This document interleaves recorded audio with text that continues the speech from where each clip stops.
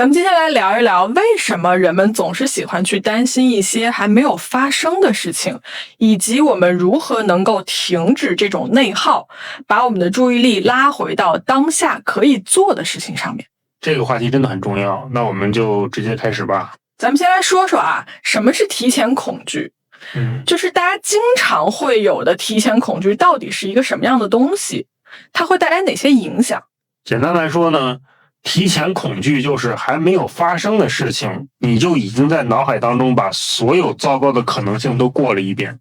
对，比如说明天要开会，要演讲，你今天晚上就会躺在床上，反复的去想，我要是讲错了怎么办？我要是突然忘词了怎么办？然后别人会怎么看我等等之类的。没错，这种心理真的很容易让人疲惫，哪怕这个事情还没有发生。对，就光是想就已经让人觉得喘不过气了。对啊，对啊。其实真正让我们感到压力的并不是事情本身，而是我们脑海当中想象出来的失败的场景。就很多人他还没有开始，就已经在想象当中输了一遍。所以就会导致我们提前恐惧。那为什么我们的大脑会让我们提前恐惧？这背后到底有什么机制在起作用？其实提前恐惧并不意味着你很脆弱，或者说你想太多了。其实这是大脑在尝试保护你，就是它会提前的去扫描一些危险，然后它会说，我们先设想一下可能会出现的最坏的情况，万一真的发生了，我们也不至于手忙脚乱。对，它其实是想帮你避免一些错误，避免一些受伤，避免一些被否定。这么说的话，提前去设想这些负面的结果，有的时候确实是会帮我们做一些准备。对，但是这种思考方式是不是也很容易让我们陷入到不必要的困扰当中？你说的很对，准备和受苦其实是两回事儿。比如说你明天要汇报，那准备就是你今天晚上把3个重点列出来。而提前受苦就是你躺在床上反复的去想，我明天一定会讲砸，别人一定会觉得我不行。准备会让你更稳一点，而提前受苦只会让你更累。那咱们接下来就说说这些提前恐惧最常见的一些场景。比如说像开会、汇报、面试前，我们很多人都会有这样的情况，就是脑子会反复的去想一些不好的画面。那这种状态到底会给我们带来哪些影响？比如说你第二天要开会或者要面试，本来你想早点睡，结果你的脑子就像开了一个会一样，不停的问你，说错了怎么办？别人提问答不上来怎么办？然后包括脸红、卡壳、声音发抖怎么办？对，就是明明还没有发生，但你已经觉得自己好像经历了无数次失败。没错，没错。很多人在这种时候，他其实并不是在准备，因为他也没有在改稿，也没有在练习，他只是坐在那里被这些最坏的画面反复的吓，然后就越来越觉得自己不行。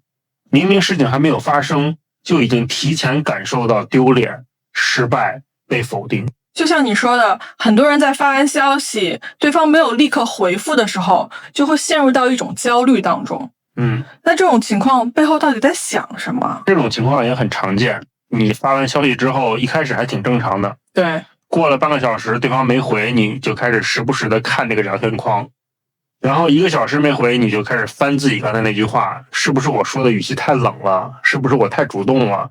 他是不是其实不想理我？对，很多人最难受的不是对方没回，而是他脑海当中自动补全的各种剧情。是的，事实可能只是他现在没有回消息，但是我们的想象就会变成，我被讨厌了，我们关系变了，我是不是又做错了什么？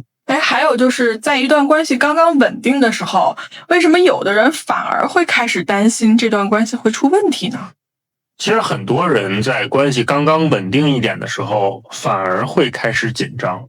对，比如说对方今天语气淡一点，就开始想是不是不喜欢我了，然后对方有自己的安排，就会想是不是我不够重要，一边渴望亲近，一边又很怕最后还是自己受伤，所以会提前观察，提前担心，提前难过。确实是这样，就很多时候感情还没结束，自己已经在心里演了一出被抛弃的大戏。没错，没错。关系里最累的一种状态就是对方还没离开，你已经在心里经历了很多次被抛下了。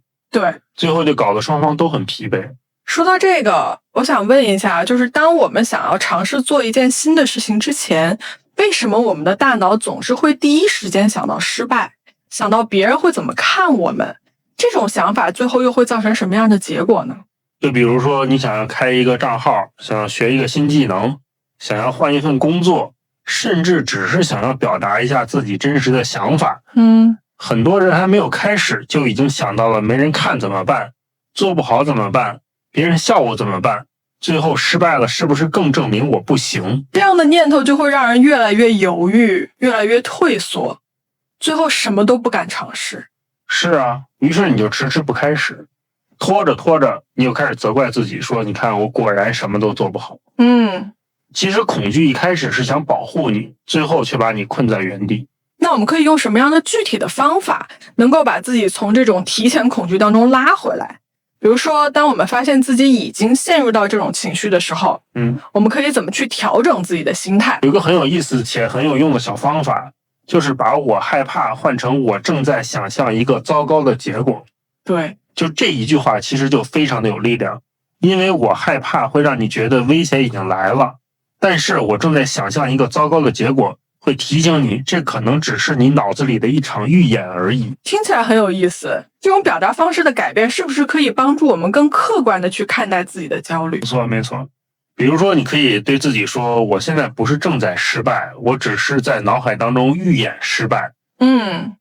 这不是在否定你的恐惧，而是在帮你把恐惧和现实分开，这样你就可以站在一个旁观者的角度来看待自己的情绪。还有就是当我们面对这些未来的不确定的时候，我们怎么去区分哪些是真实发生的，哪些是我们大脑里面想象出来的？很简单，你就问你自己一个问题，这件事情现在真的发生了吗？还是说我在提前预演？如果答案是还没发生，你其实可以先停一下。对，不是说它绝对不会发生，而是此刻你面对的不是现实，是一个可能性。这样问自己的话，是不是就可以让我们从那种反复的担忧当中暂时的解脱出来？是的，很多人需要的不是立刻安心，而是先从那个想象里的现场退出来。然后你会发现大部分的担忧都还没有真正的发生，我们只是被脑海当中的画面困住了。那如果我们现在已经被这些担忧困住了，有没有什么具体的方法可以帮我们去梳理清楚哪些是事实，哪些是我们想象出来的？你可以把担心的东西写下来，分成2列，左边写事实，右边写想象。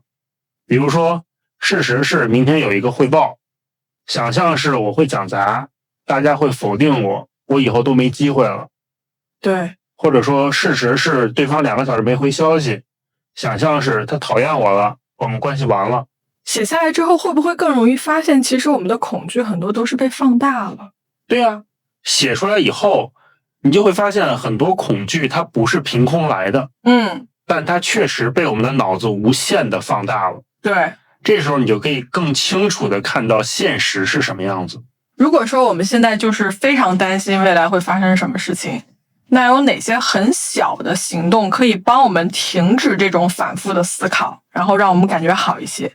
比如说你明天要汇报，你就只列3个重点。或者说你怕那个消息没回，你就先把手机放下20分钟。或者说你很害怕做不好，那你就先做一个最小的版本。听着都是一些特别简单的动作，但其实做起来应该还挺有用的。错，如果担心明天状态差，那最有用的准备可能不是继续想，而是洗澡、关灯、睡觉。对，行动会把人带回现实，反复想只会把人留在想象里。还有个问题就是，当我们很焦虑的时候，怎么给自己设定一个边界，让焦虑不至于影响我们一整天？这个也很简单，你可以允许自己害怕，但是你不要把一整天都交给害怕。你可以给焦虑一个时间边界。比如说我允许自己担心15分钟，在这15分钟里，我可以写下来，可以承认我很怕，可以想一想我能做什么。这样的话既给了自己空间去面对情绪，也不会让自己陷在里面出不来。对呀，15分钟后你要回到眼前正在做的事儿，喝水、吃饭、洗衣服、写一页东西，走一小段路。不是因为恐惧不重要，而是因为你的生活不能全部让给恐惧。我们今天聊了这么多关于提前恐惧的东西，其实最想说的是什么呢？我觉得这一期最想说的是，你可以为未来做准备，但不要提前替未来受苦。很多事情真的来了，你未必没有能力面对，只是现在的你被太多还没发生的画面吓住了。对，你不需要责怪自己为什么又焦虑了，你可以温柔一点的提醒自己，我现在是在预演，不是在经历。把自己从想象里的灾难中带回来，回到今天，回到这一杯水，回到这一盏灯，回到你现在能做的一小步。所以说我们能掌控的只有现在这一刻，对，未来的事情就等它来了我们再去面对。没错没错，未来当然会有不确定，但你不用在它还没来的时候就先把自己消耗完，你可以准备，但别提前受苦。如果听众朋友们现在正因为未来的某件事情感到很害怕，那他们可以怎么做？很简单，先问自己一个问题，现在真实发生的是什么？我能做的一小步是什么？你就先做那一小步就好，剩下的等它真的来到那天，我们再一起面对。好啦，今天我们聊了提前恐惧，聊了怎么去区分想象和现实，然后也聊了怎么用一些很小的行动把自己拉回当下。那节目就到这里了啊，希望大家都能够照顾好自己，咱们下期再见，拜拜，拜拜。